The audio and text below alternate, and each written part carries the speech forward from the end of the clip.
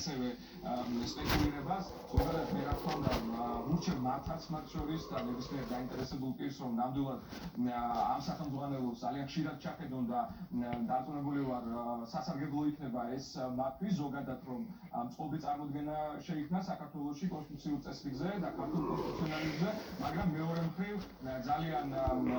უკადრებელი საქციელია, როდესაც რაღაც გარკვეული ასე ვთქვათ ფრაგმენტების ამოგლეჯვით ცდილობენ ისინი გარკვეული აქტების შექმნას. დიახ, სწორედ